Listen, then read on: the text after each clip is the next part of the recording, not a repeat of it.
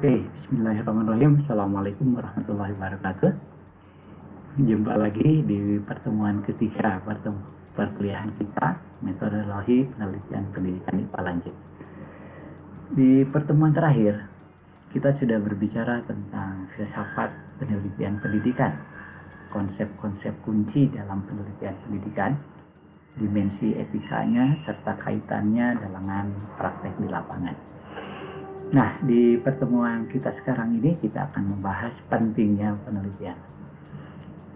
Nah, banyak alasan kenapa penelitian ini penting. Tapi paling tidak kita dapat nyatakan secara umum 3 alasan utama bahwa penelitian itu penting. Yang pertama adalah menambah pengetahuan. Berikutnya meningkatkan kualitas praktek. Dan yang ketiga, penelitian ini bisa dijadikan dasar untuk satu kebijakan. Oke, kita memulai yang pertama, menambah pengetahuan.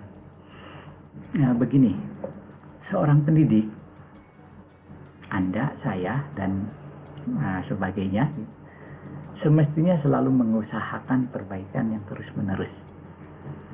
Tentu saja hal ini membutuhkan penanganan masalah dalam mencari solusi yang paling potensial. Menambah pengetahuan berarti bahwa pendidik melakukan penelitiannya itu untuk berkontribusi solusi tentang suatu topik atau suatu masalah.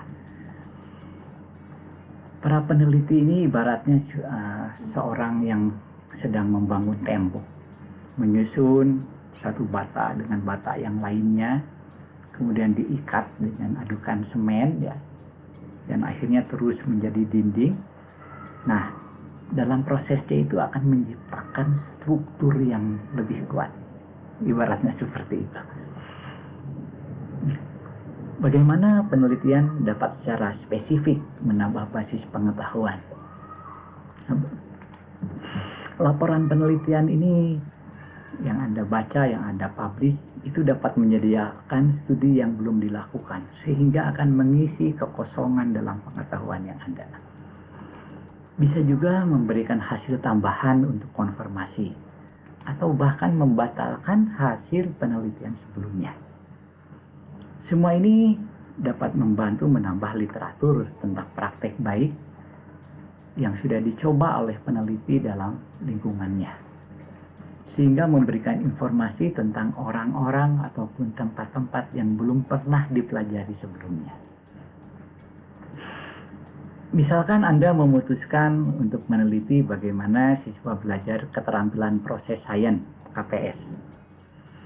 Jika Anda mempelajari bagaimana siswa mengembangkan KPS ini dan penelitian sebelumnya itu belum menyentuh topik ini, maka penelitian Anda mengatasi kesenjangan dalam pengetahuan.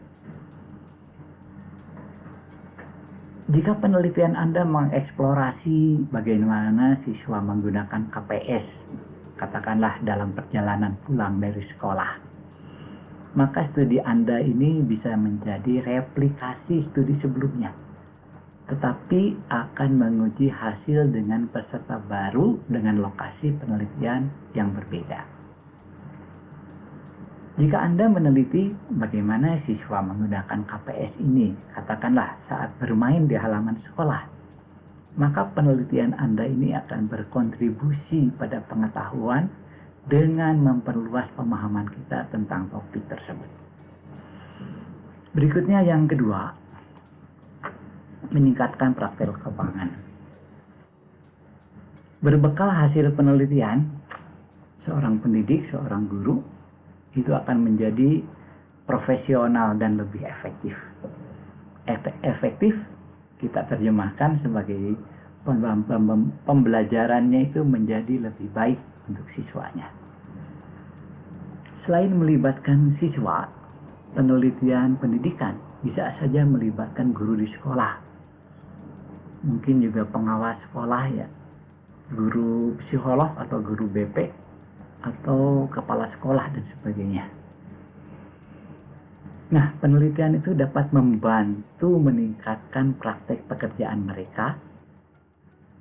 Jika studi Anda memiliki implikasi untuk bagaimana mengajarkan keterampilan perselesaian kepada siswa, maka penelitian Anda itu memiliki nilai praktis.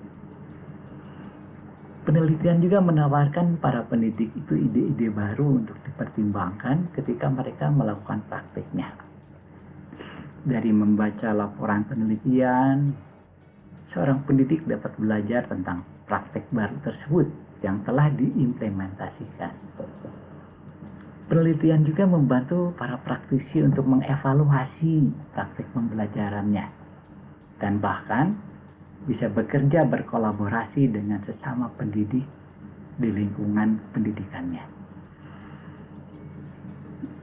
Oke, yang ketiga, penelitian ini juga selain membantu pendidik menjadi lebih praktisi yang lebih baik ya, penelitian juga memberikan informasi untuk membuat kebijakan.